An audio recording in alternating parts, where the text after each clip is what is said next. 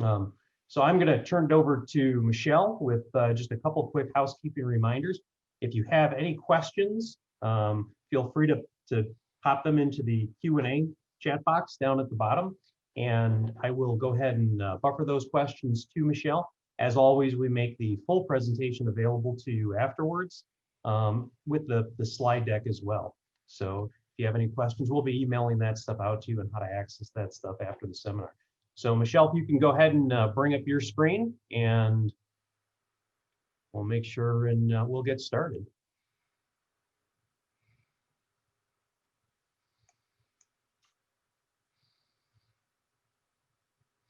Perfect. Fantastic.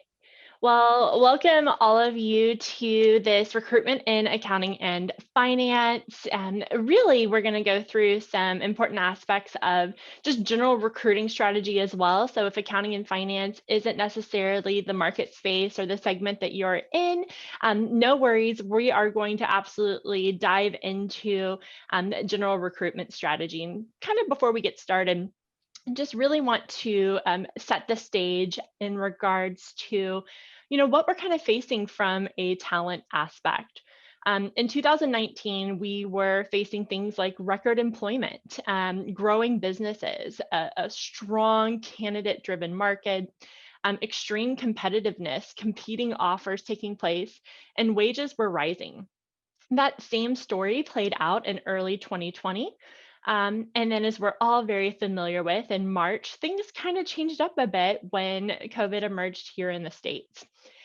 Some businesses had to take pause, some industries took a direct hit, but several others flourished.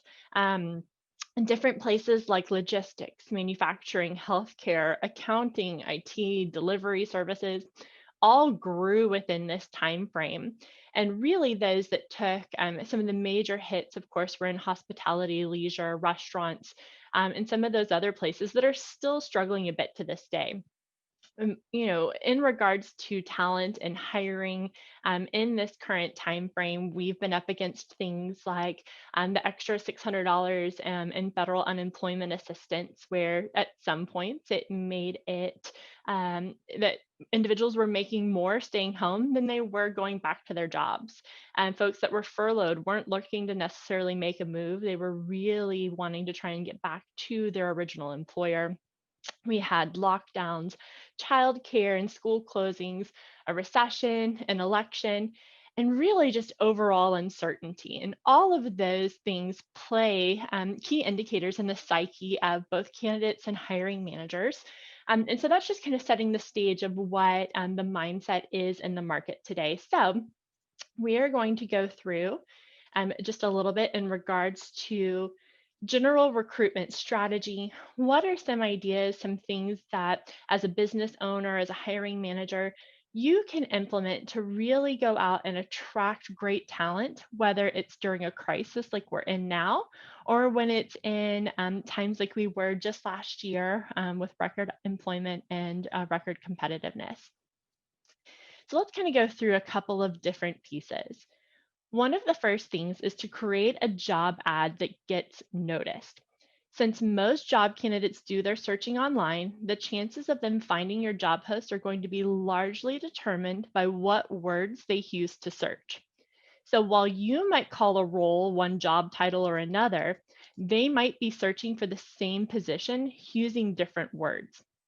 So when it comes to title, make sure you cast a wide net. One of my favorite job titles is Vice President of First Impressions. I love what that does from a people culture perspective. But when you go and post that online, most folks aren't going to recognize that you're looking for a receptionist. So ensuring that you have the correct titling, that you're calling the position what the market in general calls it, surely from an advertising perspective. Once you hire that individual, you can certainly call that position whatever you would like, but ensure that you are doing some market research. You're getting noticed because you're using the correct words, correct titles, correct actions that an individual would be doing in general in that position. Second, post your jobs in the right place. Paying for the right ad will boost your ad's visibility and get more candidates in the door. My recommendation is to post on multiple sites, especially depending on the level and tenure of individual that you're looking to target. If you're looking for a mid-level manager level, I would absolutely recommend on posting on something like LinkedIn. It's going to be polished individuals that have a bit of active look in the marketplace, but it might also pick up some great passive candidates. To round that out, I would also recommend posting on sites like Indeed or Career Builder. Those that generate more interest are going to drive more views to your role and be able to get it out there further.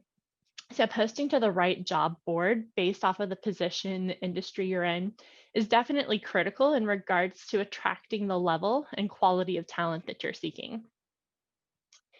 3, broaden your search by not limiting yourself to one profile type.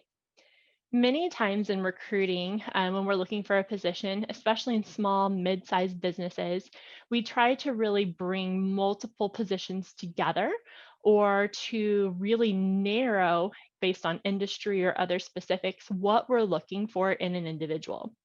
By broadening your search, you allow for a larger pool to pull from. And by mitigating some of the requirements to nice to haves, can really help get you some candidates you may not have seen otherwise that could absolutely do the job and might be just the right culture fit you're looking for the organization. Number one, above all, is offering unique benefits and perks. Today, the desire for non-traditional voluntary benefits is on the rise. This means that health, dental, and 401k plans are simply expected. To make you stand out, you need to offer more, whether it's tuition reimbursement, health wellness perks, car care, transportation, incentives, or even right now, what's extremely popular and I think is here to stay is remote work. So offering unique benefits and perks that they may not have at their other firms or other places of employment are absolutely going to draw and bring in some great talent and give them some unique benefits that they might not have anywhere else.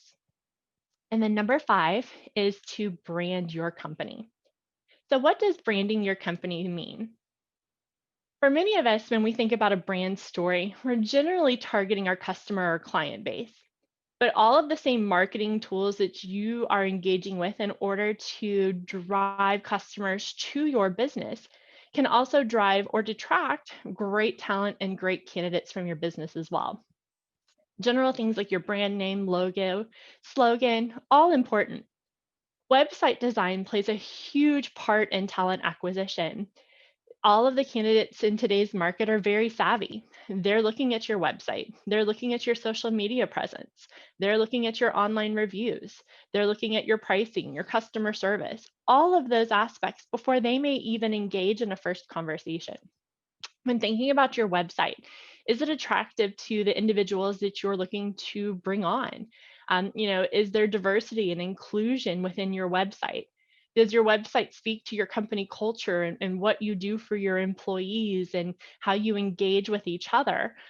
Or is it just a platform you're utilizing to spell out what it is your business can do for your clients? Your brand voice is extremely important. And again, tying back to the website and your social media presence. Are you doing to be involved in the community? What things outside of the normal 8 to 5 work hours is your team engaging in to build a strong company culture, to build camaraderie, to build different aspects outside of the day-to-day work scope? Online reviews are another really important factor. These reviews are generally employee driven. And so if you have negative reviews for past employees, that can certainly hamper any efforts to identify new talent. Some ways you can combat that is to have an individual that goes on and responds to the reviews in a positive way, stating something like, "We're so sorry that was your experience. Please contact this HR representative. We'd love to, connect further." And then have your current employees that enjoy and love what they do in your organization log on to those some online review boards and leave their thoughts. That's a great way to counteract any negative online reviews that you might have by encouraging current team members to help balance those out. all of these aspects play to not only, as I mentioned, the brand story that we're telling to our clients and customers, but what we're telling to talent on the marketplace that might be interested in your position. Any questions so far around brand story or kind of the 5 aspects of really drawing strong attention to your position? You're doing a great job. I've got no questions for you yet. Perfect. So let's move on to attracting top talent.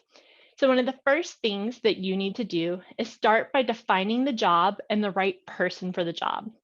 It's really important to have this planning process and start by defining what top talent means for each job you hire for. Basically, spelling out the specifics of what this person absolutely has to have in order to execute the role. And then what things are really more on your nice to have list that if that individual didn't have, they would still be an extremely great contributing member of your team. Learn from the competition. Research what companies in your area and industry are doing to attract talent. Learn from them and try to stand out with your own unique employer value proposition. Use a variety of platforms. We kind of discussed that already in one of our previous slides, and posting on multiple areas. Post the position on your website, post the position in your social media. Ensure that your teams are also sharing that content with their circles and really building a great network of talent from a variety of platforms. And then present information that will interest top talent. Your job ad and other content you put online should only present info that top talent would find interesting. For some help, you can ask high performing people in your company or industry what kind of content they like to read and examples of info they find interesting. Another important aspect is a lot of people are doing their job searches now, from their phones or their tablets. So not over extending the amount of information in the job description or in your reach out. So that way they're able to view it on a mobile device, find the pertinent information they need as to whether they feel they're a fit or not, and then able to easily apply to your positions. Another important key factor is to offer the best employee perks for your employees. Perks created to support the job demands placed on the employees will absolutely attract top talent. And this again goes back to making sure that individuals that you're hiring feel set up for success, that you've got tools and resources available for them to grow in the role that they are in. And that again, you're offering those unique aspects that that individual would be seeking from a benefits perspective. More important than not, these days is show the world how great your employees have it. The more happy employees you can feature online, the better candidate first impressions of your employer brand will be. Again, it's speaking back to yes, much of the marketing dollars are spent in attracting clients and customers to the role, but it's also important to ensure that you are highlighting how great your employees have it. And that way you are attracting individuals and that want to also become a part of that legacy or that story that you're painting with your organization. Play to your company's strengths. Always present your company's strengths to top talent. If you're in a rural location, for instance, it means you have great appeal to talented people who enjoy that setting. Play to, the area you're in, the business that you're in, maybe any perks in the buildings that you have.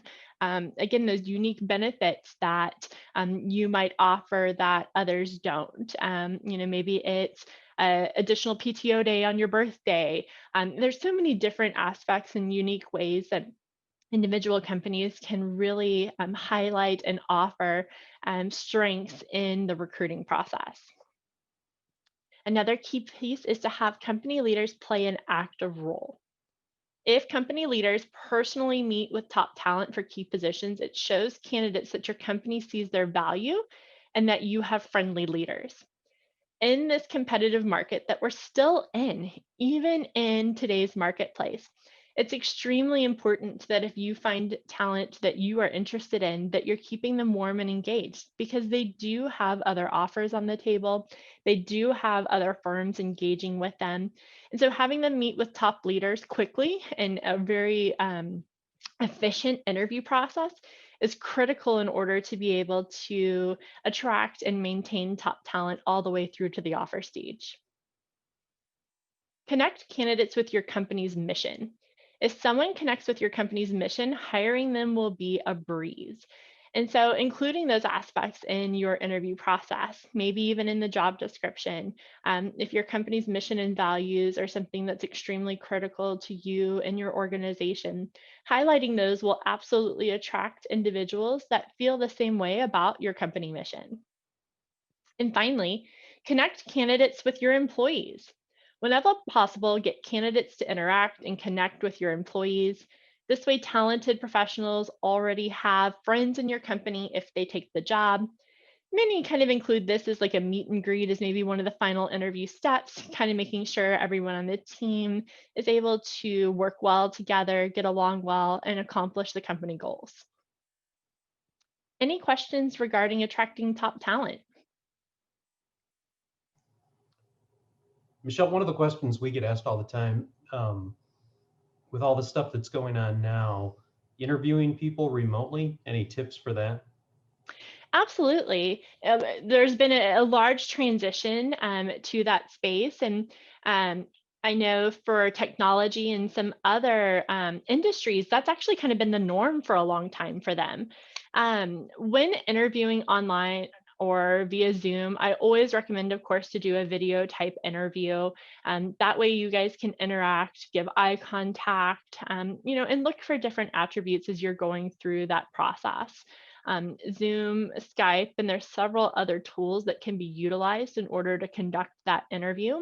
And really, it can be conducted in the exact same way a face-to-face interview would be. The only thing you might be missing is kind of a handshake and sitting across physically from that person. But in 2020, as we kept growing as a nation and as businesses, because we're so fortunate to have the type of technology like what we're utilizing today, can keep us all still connected, continue the same interview process, behaviors, and kind of get maybe down to your top one or two, and then depending on the state or where you're at, meeting those folks in person at some point if that is something that you're able to do.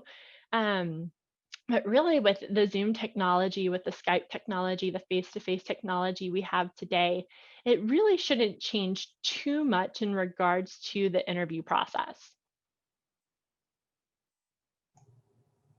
Okay, perfect. Thank you. Absolutely. So let's move on to evaluating past recruitment efforts. So one of the things that you would want to do is to effectively attract and retain employees is you need to evaluate your past recruitment efforts and learn from what went right and what went wrong.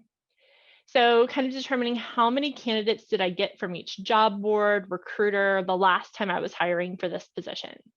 How many of those candidates were skilled enough to interview? And how many finalist candidates were interested in future job openings? So with a successful recruitment effort the last time, who was also a part of maybe that final interview process, and can they be brought back to see if there's still interest in the role now that a new opening has become available? Asking questions in regards to the ad placements that you made, and did you get enough candidates? Did you receive enough of the right candidates? Any job ad is really going to attract about 80% that's not necessarily equivalent to the role you're looking for. And then another 20% that's capable of completing the role as defined by the job description. And then really it's just honing into specific behaviors, skill sets, soft skills regarding just hunger, eagerness to learn, drive, things of that nature that are really inherent in an individual and can't be taught. So making sure that you're evaluating any past recruitment efforts and making any changes that you need to make. If your ad didn't drive a good number of candidates to it, let's go back and look at the job title. Let's go back and look at the requirements. Did it read out as just maybe a job description, or were there enticing things about what you do as an organization, things you do outside of the organization as a company? benefits, unique benefits.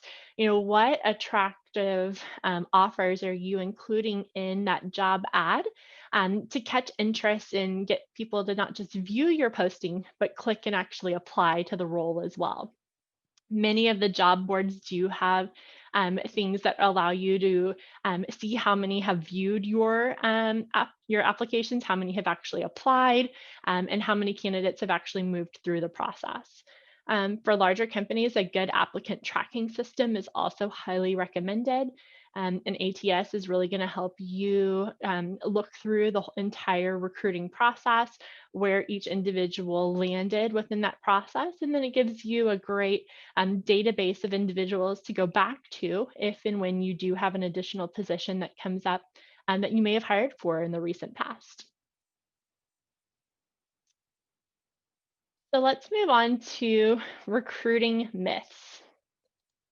So myth number one, candidates flock to great companies.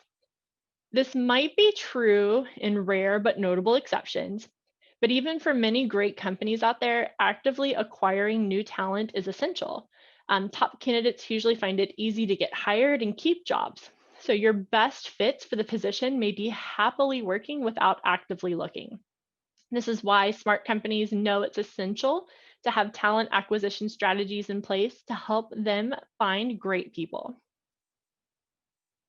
Another myth, technology is the best recruiter. Because the hiring process relies heavily on technology these days for posting openings, getting the word out, tracking applicants, many companies mistakenly believe that they can rely on technology to deliver the best candidates. The truth is that a smart recruiter is the backbone of a solid talent acquisition strategy. The recruiter can use all of the tools available today, but his or her experience and wisdom provide far better results in terms of the right fit for each position. And let's be honest, recruiting it takes a lot of time. And as a business owner, sometimes the time that's needed to effectively recruit is just not available to you. So, utilizing a recruiter to help get you past those initial administrative burdens of looking through hundreds of applicants, narrowing down those applicants to, maybe the top five, and then getting interviews scheduled for those top five, moving them to your next step in the interview process can be very time consuming. And so that's where a great recruiter can be a great asset to an organization, helping to take some of that burden off of their plate. A myth busted. The interview is the key to hiring the best candidate. Unqualified candidates can present themselves very well in a resume and in an interview and appear to be the right fit for the job, but then fail to meet your expectations once hired. Likewise, great candidates can undersell themselves in the interview or create underwhelming resumes because they aren't comfortable with the process. So, ensuring that you take a holistic approach to the recruiting process and looking closely at each piece of information you receive about top candidates, including feedback from others, references, things of that nature, is more likely to lead to hiring the best fit for the position. And then number four, the perfect employee is out there. Don't let perfect be the enemy of good. No one is perfect, and no candidate is going to be perfect and check every box you have that you desire for this role, particularly for higher level and upper management positions. The hiring process can drag on, and if the exact right candidate isn't appearing, it can really create a negative effect in the whole marketplace. As a position has been posted for a significant amount of time, individuals begin to believe, oh, they're just pipelining, they're just looking for somebody, but they're not really hiring. The longer a role stays out there, actually, the less talent you will likely see. Keep in mind and remind other stakeholders in the hiring process that training and leadership development can make up for perceived weaknesses or imperfection in an otherwise great fitting candidate. Many times you'll look to see that some great talent that's hired maybe checks 7 out of the 10 boxes. Some of those 3 items that individual might be missing are trainable aspects. So always really looking at the full picture and looking at the candidate overall and what they can bring to the organization and their ability to complete the basic skills necessary for the position is always critical to look for. Number 5, the recruiting process starts with a job opening. This is one of the most common pitfalls we see in companies making. A true talent acquisition strategy is constantly in motion before, during, and after the task of filling a position. Start by thinking about where you want your company to be in 1 year from now. What types of candidates and positions will be able to make that a reality? And then when positions need to be filled, you can engage in conscious hiring to find the right fit for today and well into the future. By making the investment in your future talent, your company will reap the rewards for years to come. Um, Busted myth, number 6, there should be a plethora of candidate options because unemployment is high. As we spoke to kind of in the beginning and setting the stage of last year and where we are this year, yes, unemployment overall is high. A majority of those are coming out of the restaurant industry, leisure, hospitality, and some other market spaces that just weren't ready to weather the type of storm that we faced beginning in March. But there's also multiple companies, multiple industries that have not only survived but thrived during this time. And so, even though that overall unemployment number is high, each month we've seen a large chunk of that number come down. And that leads us to know that we are getting back into a competitive spirit in regards to hiring. Candidates, especially great candidates, still have a lot of options. And so, even though you might see overall a high unemployment number, it's very likely not resonating with the types of individuals, the types of positions that most are actually looking to hire for at this time. Another myth busted is that a prior employee's commute or behaviors will dictate how a future employee will act. So if you've had to narrow your search to maybe 10 or 20 miles from your office because your last two hires both took other jobs closer to home or they were constantly late because of their commute, whether an individual from a certain company or maybe two individuals you've hired from a certain company have acted in a certain way or maybe not caught on as quickly, really making sure that you're not using any of those expectations around the commuter behaviors of others to dictate how another candidate or another employee might act. You can lose out on some incredible talent by narrowing your scope too small around the commutability to your office or role, or behaviors that might have been specific to an individual but not an overall organization. For instance, I happen to drive 55 miles one way to my office. Commuting does not bother me. I enjoy being in the vehicle. That's my me time. For another individual I might be recruiting for in California, 10 minutes in the car is just too long. So, really making sure that you're not putting an overall spectrum across all individuals that are commuting a longer distance or coming from a certain company, but truly being open to interviewing those individuals and identifying whether or not there could be a potential issue based off of the key behavioral based questions you're asking during the interview process. Myth number 8, if a candidate is really interested in our firm, they'll wait until we see all candidates. If you talk to an individual that you're excited about, that you feel could be a great fit for your company, so does somebody else. And so, generally, in the law of offers, the first offer to be made is generally the first offer to be accepted. If a candidate is really interested in your firm, they want to know that you're really interested in them too.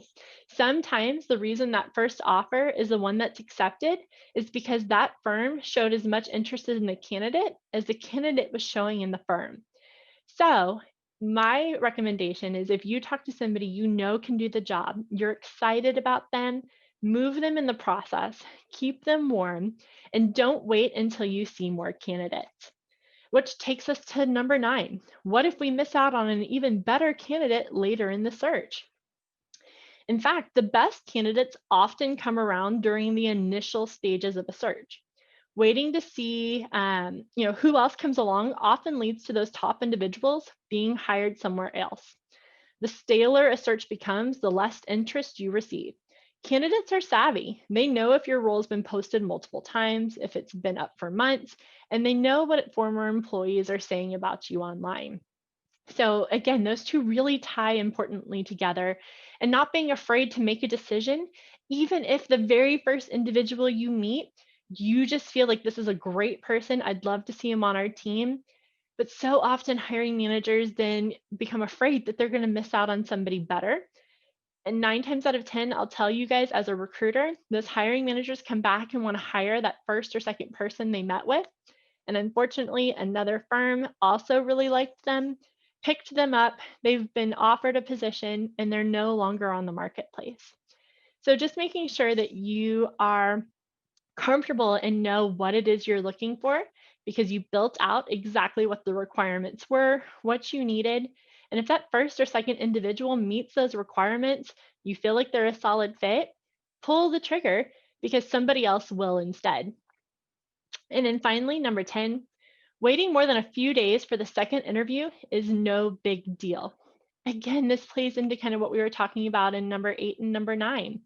The amount of time you put between first or even receiving the resume to the first interview, to the second interview, and even just an elongated interview process just gives another firm or another company an in to be able to say, hey, we were so excited about you. We knew instantly we're going to make you an offer. And that is happening quite often between first and second interviews where candidates are being lost because the process has dragged out for so long. So top candidates are interviewing just as much as you are interviewing them. They read between the lines, and if it takes longer than a few days to move to the next step, they feel like they're not the top candidate and they will begin to look elsewhere. So all of those aspects play into some of those myths that we wanted to bust in regards to top talent and what they're seeking. Any other myths or any other questions around just recruiting in general? So 2 questions. One, where do we find some good ads, like the ads that we would place, good examples of ads that have worked in the past, or ads that hit all the right key points? Absolutely. So from an ad perspective, it's kind of a combination. It's both a job description calling out, what are the absolute requirements of the position. But a good ad is going to have, an introduction at the top, introducing them to your company, who you are, what you do, what you stand for. That first blurb really catches the interest of your candidates. And that might be something that came off your website, something in regards to your mission statement, but really starting an ad off with who and what you are, what you stand for as an organization is a key piece to building out a great ad. The body of the ad should be your basic requirements, calling out, what a day in the life looks like for this individual. And then below there, what are the specific qualifications you're asking this individual to have in order to even kind of be reviewed for the position? And then ending it with, what are the benefits of working for us? Calling out some of the important aspects that are both universal, whether that's, great PTO policy, the 401k, health benefits, and then any of those unique perks that we called out to really help kind of close out the ad and really draw in an individual to say, hey, we have the same mission values. I can do this job. They value their employees. Look at the benefits that they offer. I want to apply. You can absolutely Google online various positions that you're looking to hire for and get some templates and some things like that just from a general search. What are some other competitors or others in your industry posting? And then how can you make it better to attract individuals? But really starting with that headline, who you are, day in the life, what qualifications are necessary, and then benefits like, hey, you come join us. This is what we're offering. That's going to be a really great ad to help attract top talent. Okay, excellent. And maybe if you've seen a couple of those, I can include some links with the distribution of this afterwards too. Sure. Another question. I love this question. So it seems like the best candidates are already working at other firms. how do I get my ad, or how do I get the message that I'm hiring for this position out to those candidates, so when they're ready to make a change, they'll consider coming to my firm. Absolutely. And there's a couple different ways to do that. Number one, I'm going to say a great recruiter is going to be able to tackle those passive candidates that are already working that might be perfect fits. And we kind of dangle that carrot in front of them, let them know the amazing things that are going on with the organization we're recruiting for. And a great recruiter is going to be able to kind of break that mold. You also have folks that are following your industry on LinkedIn. And so, checking out your LinkedIn profile as a company and organization who's following you, what content's coming through there. That's a great way in order to attract industry related talent to your space, letting them know what's going on, letting them know that you're hiring, and utilizing LinkedIn as a tool of communication to passive individuals that are in the marketplace, but maybe not necessarily looking for a position. Posting the ad does that as well.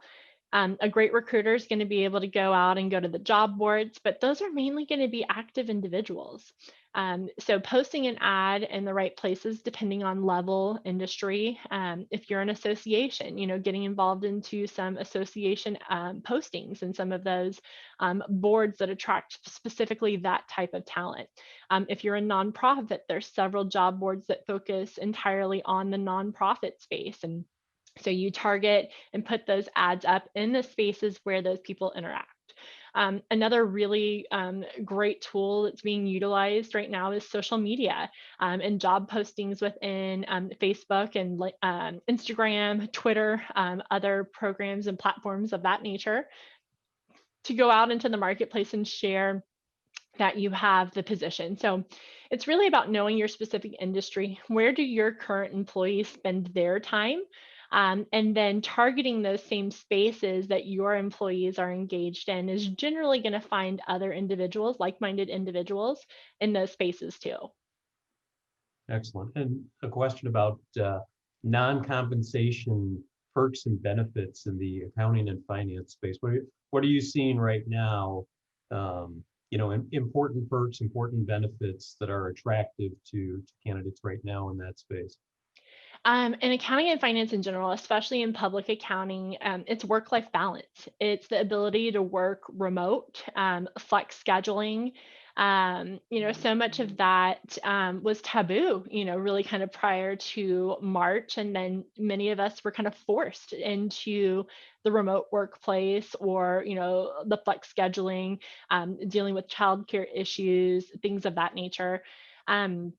In 2008, of course, we had the Great Recession. There was a lot of layoffs, and the great talent that was left was taking on 2 or 3 different jobs.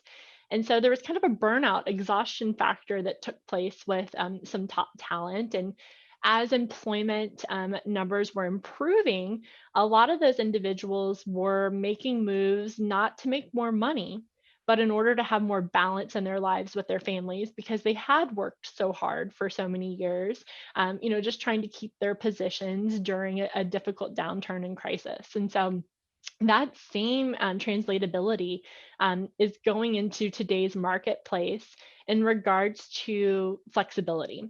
In accounting and finance, we know that there are absolutes around month end, quarter end, year end, taxes, seasons, things of that nature that, of course, are extremely critical. But it's really about being able to find that balance, because right now family is truly one of the most important aspects candidates are communicating with us, that they're looking for in order to both have a wholesome family life and a balanced family life and still drive great performance at work. Awesome. Excellent information. No other questions at this time, so please carry on. Fantastic. And that's a perfect question and segue now that we kind of really dive into, accounting and finance and the market realities in there. So when thinking about accounting and finance specifically, most candidates with 2+ years of public accounting experience are looking to get away from the public arena once they qualify for their CPA. Many candidates are coming out of college, going and working for public firms or under a CPA in order to earn that accreditation. And then once they've completed that, the majority are then looking to get out of that space, mainly due to work-life balance. And work-life balance is the number one reason candidates look to leave public accounting or roles in general. Talented candidates with 3+ years of experience are generally on a path to a senior manager or partner and will only move for a growth position and significant compensation to make that move. Recruiting after the end of September generally yields few results. Most are waiting on their year-end bonuses, followed by the new season starting again in January. So kind of the end of the year can be kind of a stagnant time frame to try hiring. So an important aspect is to know and understand what's going on in that industry and in that space, because those individuals are definitely kind of going through the same thing you are at that time. As I kind of call out here, work-life balance is the number one reason folks look to leave, or what they're looking for out of their next move.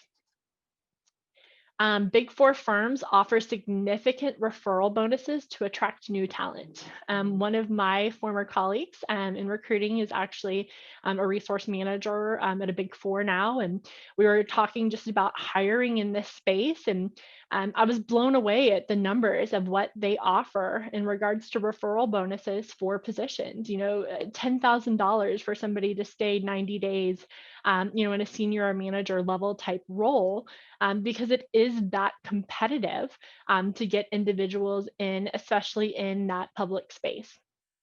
Big Four firms, though, one of the things they really do well is they have a strong campus recruiting strategy.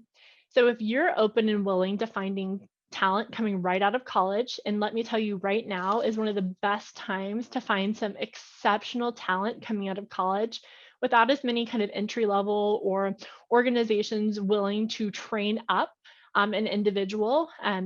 Their Big Four strategy, their campus recruiting strategy, truly works in building incredibly great talent in the accounting and finance space. And if it's something your organization is able to do, whether it's through an internship program or hiring at that entry level role and truly molding and bringing somebody up in the way of how your organization would handle the accounting functions, can really pay dividends in the end.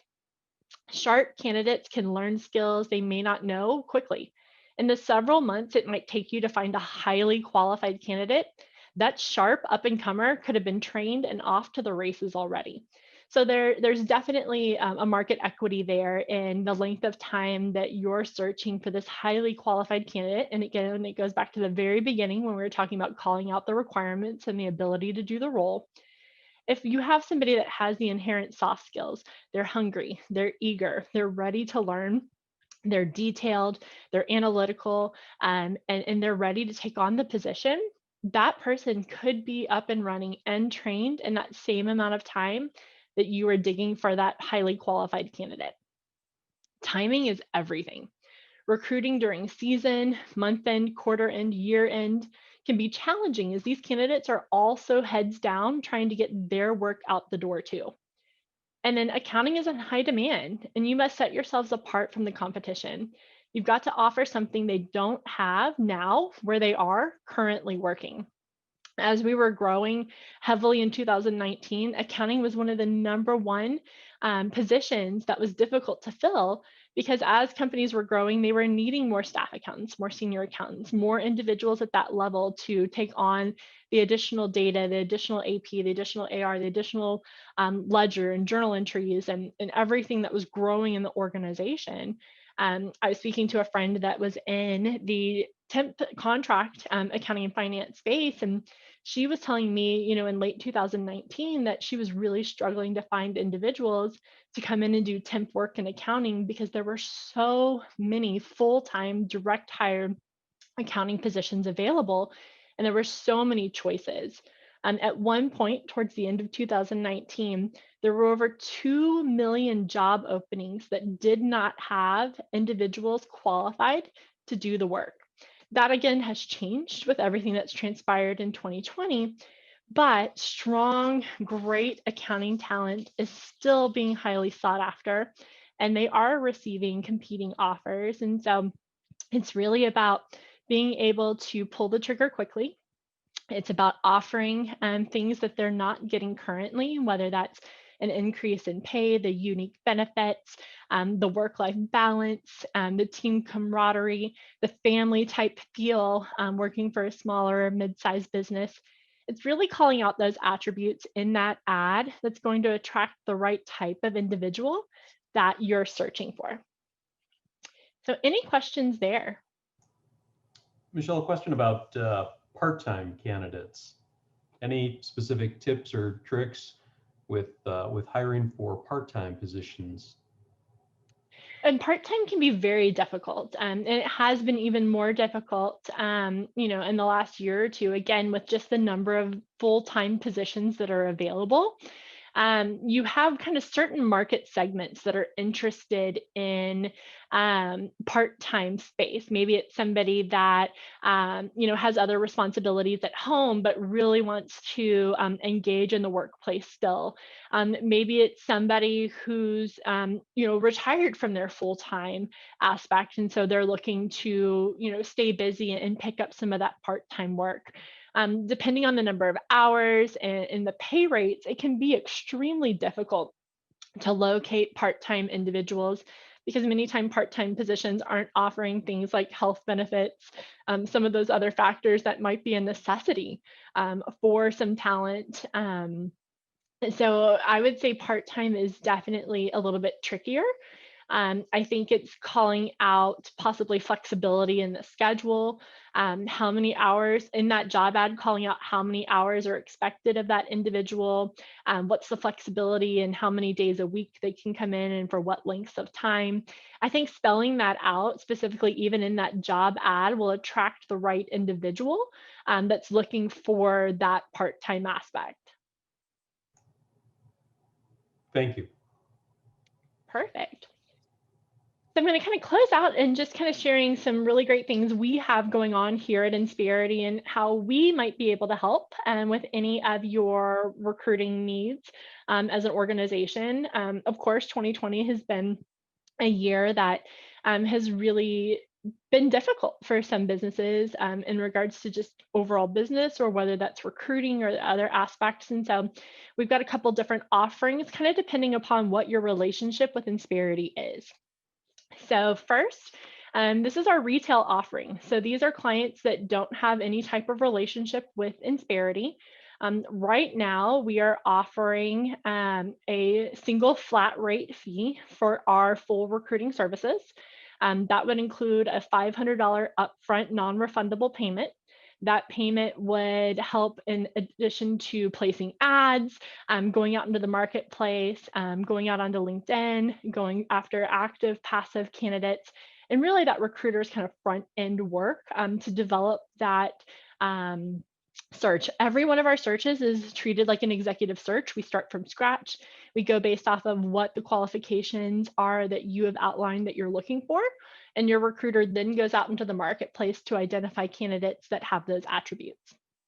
At hire, we would then charge a $2,000 at hire fee. And so the total for that recruiting offering would be $2,500, no matter the difficulty of the search, whether you're searching for a receptionist or somebody to replace a C-suite individual on your team. This again is for any of our clients that are not utilizing Insperity in any sense. We've also got a fantastic sourcing package that maybe you have some internal HR or recruiting, but you're really just trying to source or identify the right types of individuals for your organization. We do have pricing available as well for different sourcing options, whether it's just a resume source, a 3 or 5 day search, or what I highly recommend is a 10-day qualified and interested search where our sourcer will go out into the marketplace, identify great talent, reach out to them, make sure they're interested in the role. You'll receive not only those that are interested in the position, but at the end of that search, a full spreadsheet along with every resume that we identified or LinkedIn profile that we identified in that search. So that's just two really great options that we have. Another option is our traditional employment offering. So these are individuals that utilize Insperity sheerly for our technology or other platforms. They're not in a full PEO relationship with us. We are offering a flat rate pricing to those individuals at $1,000 at hire, again, for any position that they might need assistance in, from an admin to C-suite. Finally, for clients that are fully engaged with Insperity in a full PEO platform, meaning we're handling their full outsourced HR functions, we're supporting them, we're helping to mitigate risk from different things like unemployment, as well as workman's comp and some other facets. As a full PEO relationship, we are offering our recruiting services Be Inclusive, meaning in order for that client to need recruiting, we will not charge any fees for that recruiter.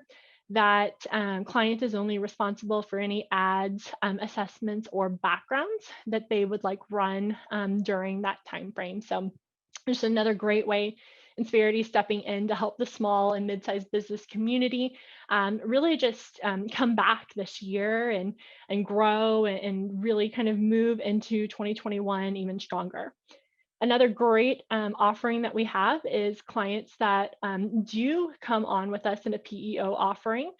By the end of this year, will receive 6 months of Be Inclusive recruiting from the time that they do sign on with Insperity for their first payroll and HR service offerings. So a lot of kind of different things that we're doing to really support businesses across the country as we are all looking to rebound from some of the things that kind of transpired this year, and just a couple ways that we're able to go out and help in different ways in regards to recruiting.